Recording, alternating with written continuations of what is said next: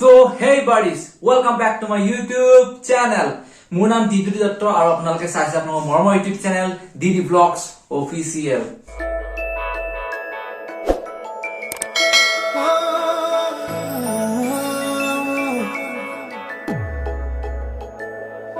তো আজি নতুন এটা কন্টেন্ট লৈ আপোনালোকৰ মাজলৈ আগবাঢ়িছো। তো কন্টেন্টটো কেনেকুৱা ধৰণৰ হ'ব আপোনালোকে অলৰেডি থাম্বনেলত দেখিছে। তো প্ৰথমে মই সমূহ ৰাজ্যলৈ ইংৰাজী নৱবৰ্ষ আৰু ভোগালী বিহুৰ আন্তৰিক শুভেচ্ছা জনালো। কিয়নো মই বিগত এমাহ ধৰি কোনো ধৰণৰ ভিডিঅ' পোষ্ট কৰা নাছিলো মোৰ চেনেলত। সো কথাটো হ'ল কি মন যোৱা নাছিলে বা বেয়া এলেহুৱা হৈ গ'ল, বম এলেহুৱা হ'ল। মই গ'লে মানে একো এটা কাম কৰিবলৈ মনটো নোযোৱা হ'ল, মানে ফ'কাছটো মানে অলপ মানে বস্তুটো মই ডিষ্ট্ৰেক্ট হৈ গ'লো। তো বাৰু আকৌ পুনৰ এটা শক্তিয়ে ভিডিঅ' বনাব মই চেষ্টা কৰিম। ট্ৰেভেল চিৰিজ ষ্টাৰ্ট কৰিম এতিয়া, যিহেতু য'ত যোৱা প্লেন কৰি আছিলো। আৰু এতিয়া আহিছো মেইন টপিকলৈ। তো সমগ্ৰ বিশ্বত এটা নামেই খলকনি তুলি আছে, সেই নামটো হৈছে পাঠান পাঠান পাঠান। তো অহা 25 জানুৱাৰী তাৰিখে আমাৰ বিশ্বৰ এজন কি কম নামি দামী এক্টৰ লেজেণ্ডাৰী শ্বাহৰুখ খান। তো শ্বাহৰুখ খানৰ এখন চিনেমা আহিছে যাৰ নাম হৈছে পাঠান। পাঠানক লৈ বেলেগ এটা বিতৰ্ক চলি আছে সমগ্ৰ ভাৰতবৰ্ষতে, সমগ্ৰ বিশ্বত বুলি নকওঁ, সমগ্ৰ ভাৰতবৰ্ষতে, যে পাঠান চিনেমাখন চাব লাগে নে নালাগে। এই টপিকক লৈ বহুত ধৰণৰ মন্তব্য মানে কৰিছে বিভিন্ন ধৰণৰ পণ্ডিতে। তো মানে কি হৈছে, পাঠান চিনেমাখন মই ডাইৰেক্টলি কৈ নিদিও, মই কাৰো পক্ষত মই মান নামাতো। যদি পক্ষত মান মাতি দিওঁ তেতিয়াখন এখন ডাঙৰ কাজিয়া হৈ যাব। সো কিন্তু চাবলৈ গ'লে পাঠান চিনেমাখন আমি চাবগে লাগে, কাৰণ অডিয়েন্স হিচাপে।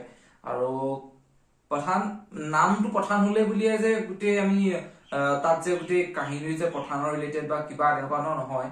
যিসকল মেকাৰ্ছে চিনেমাখন বনাইছে বা তাৰ লগত যিসকল ব্যক্তি জড়িত আছিলে, তো তেওঁলোকৰ কাৰণে আমি চিনেমাখন চোৱাটো উচিত। বা শ্বাহৰুখ খানক লৈ আমি আপোনালোকে ইমান ট্ৰল কৰিছে, শ্বাহৰুখ খানৰ চিনেমাখন বয়কট কৰিব লাগে, আমুক তামুক সিটো। মানে এতিয়া ৰিচেন্টলি এটা আপডেট পাইছো মই কেইদিনমানৰ আগতে, আমাৰ অসমৰ গুৱাহাটীত বজৰং দল, সেই দলটোৱে মানে দুখনমান চিনেপ্লেক্সত বা চিনেমা থিয়েটাৰত গৈ তেওঁলোকে পোষ্টাৰ হয়, সেই পোষ্টাৰখন ফালিছে, তাত গোটেই বস্তু লণ্ড ভণ্ড কৰিছে। মানে কিহৰ দৰকাৰ আপোনালোকে এইবোৰ কৰিবৰ কাৰণে? কি কাৰণে, মানে কি প্ৰুফ কৰিব বিচাৰে? আপোনালোকে যদি সঁচা ৰাম ভক্ত হয়, ময়ো এজন ৰাম ভক্ত, হনুমান ভক্ত হয়, কিন্তু সেই বুলিয়ে কি আমি এখন এটা ঠাইত গৈ আমি কি উৎপাত কৰিম নি যে মই ৰাম ভক্ত হয়? আমি নিজৰ আইডেন্টিটি এনেকে নিদো যে আমি ৰাম ভক্ত বুলি। তুমি যদি সঁচা ৰাম ভক্ত হয় তেনেহলে তুমি হৃদয়েৰে শ্ৰী ৰামচন্দ্ৰক স্মৰণ কৰিব লাগিব। এতিয়া মই ৰাম ভক্ত খুলিলে মই কি উৎপাত কৰিব নোৱাৰো নে? দাখন ঘূৰাই লৈ বা কিবা এখন কৰিলে আমি তাতে গোটেই পোষ্টাৰ ফালিব নোৱাৰো নে? পঠানক বয়কট কৰক, আমুক কৰক, কিন্তু নাই কৰা। কাৰণ কেলে কিবা এটা বস্তু আমি ভালদৰে মানে মানুহৰ মাজলৈ ওলাই আহিব পৰাটো বিচাৰি আছো। পাঠান চিনেমাখন ময়ো চাব বিচাৰো, কাৰণ কেলে মোৰ শৰ্ট ফিল্ম বনাও, ৱেব চিৰিজ বনাও, মোৰ ফিল্ম ইণ্ডাষ্ট্ৰীৰ লগত অলপ হলেও হলেও মানে অকমান জড়িত। কাৰণ কেলে মই যিমান চিনেমা চাওঁ গোটেই সপ্তাহটোত কোনোৱে তেনেকুৱা ধৰণৰ ইমান চিনেমা নাচায়। মই চিনেমাৰ প্ৰতি বহু বেলেগ ধৰণৰ এডিক্টেড হয় মানে। সো সেই চিনেমাখনটো মই চামেই, কাৰণ কেলে তাৰ এক নম্বৰে ডাইৰেকশ্যনটো বহুত মজা দিছে, মই ট্ৰেইলাৰটোত মানে পোৱা মতে। আৰু বাকী ভিডিঅ'ত মানে চিনেমাখনত ফুল ভিডিঅ'ত কি হয় মই সেইবোৰ ইমান নাজানো, কিন্তু মোৰ পক্ষত তাত ভিজুৱেল, চিনেমাটোগ্ৰাফি, এডিটিং, মানে এক্টিং লেভেলত ভাল পাইছো। আৰু যিটো ডায়লগ ডেলিভাৰী, মানে ডায়লগৰ যিটো মানে হেৰি আছে, সেইটো বহুত আল্টিমেট কৰিছে। আৰু তাত মেকাৰসকলে কিমান কষ্ট কৰিছে তাৰ বেকত, মানে তাত বনোৱা মানুহখিনিহে গম পায়। আমি যদি ইয়াত যদি বাহিৰে চিঞৰি থাকো যে পাঠান বয়কট কৰক, আমুক কৰক, দৰকাৰ মানে সেইবোৰ নকৰিব আপোনালোকে। আৰে আপোনালোকৰ যদি চাবলৈ মন নাই, নাচাব না। কেলে ইমান মানুহক কেলে হাৰাশাস্তি কৰে? মানে ইমান হাৰাশাস্তি কৰিব নালাগে যে আপোনালোকে ভিডিঅ'টো চিনেমাখন নাচাওকে বা আমুক তামুক, সেইবোৰ নকৰিব। আৰু এটা কথাক লৈ বহুত ট্ৰল কৰি আছে আমাৰ অসমৰ মাননীয় মুখ্যমন্ত্ৰী ডাঙৰীয়া হিমন্ত বিশ্ব শৰ্মা দেৱক বহুতে ট্ৰল কৰিছে। তেখেতে এখন কনফাৰেন্সত মানে কৈ পালে যে শ্বাহৰুখ খান কোন। তেখেতৰ কথা কোৱা মন্তব্যটো মানে বেলেগ ধৰণৰ হ'ব বা টপিকটো বেলেগ ধৰণৰ। তেখেত ইমান এনেকুৱা নজনাকে নাথাকে যে তেখেত শ্বাহৰুখ খান কোন বুলি কথাটো ক'বৰ কাৰণে। তো মানুহে সেইটো এটা ভুল ধাৰণা কৰিছে। সেইটো এটা এই কথাটোকে লৈ বিশ্বত এটা বেলেগ ধৰণৰ এটা মানে এটা এনেকুৱা ধৰণৰ কথা মানে ওলাই পৰিছে, মানে এটা এনেকুৱা ধৰণৰ ট্ৰেণ্ড কৰিছে, যি মানে মই দেখি মানে কিবা হৈ গৈছো। মই মানে প্ৰতিটো যেতিয়া নিউজ ইউটিউবত হওক বা বেলেগ ধৰণৰ ছচিয়েল মিডিয়াত চাইছো, তো মানে হিমন্ত বিশ্ব শৰ্মা দেৱক বহুত বেলেগ ধৰণে ট্ৰল কৰিছে। শ্বাহৰুখ খানক নাজানে নেকি? হিন্দী চেনেল ABP নিউজ, ডাঙৰ নিউজ চেনেলেও বহুত বেলেগ ধৰণৰ এটা কথা কৈছে।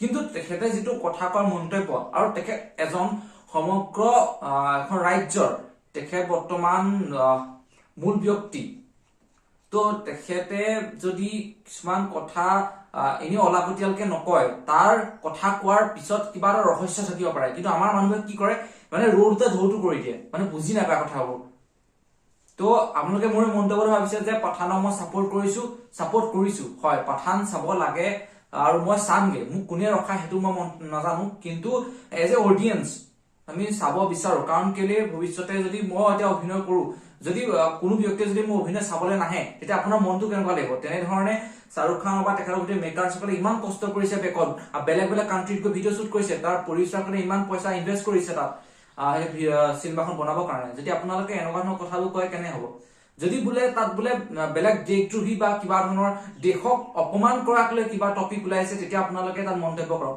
তো আজি ভিডিঅ'টো মই সমাপ্ত কৰিছো এই কথাখিনিকে মোৰ মনত যিখিনি সোমাই আছিল আপোনালোকক ক'বলৈ ট্ৰাই কৰিলো তো যিসকল ব্যক্তিয়ে বৰ্তমানলৈকে মোৰ চেনেলটোলৈ আহি চেনেলটো ছাবস্ক্ৰাইব কৰা নাই প্লিজ অতি শীঘ্ৰে চেনেলটো ছাবস্ক্ৰাইব কৰি দিয়ে যেন আৰু ইফালে থকা বেল আইকন দবাই দিব যাতে মই যি ভিডিঅ' বনাম তাৰ নটিফিকেশ্যন অতি সোনকালে পাই যাব তো ভিডিঅ'টো আজিলৈ সমাপ্ত কৰিছো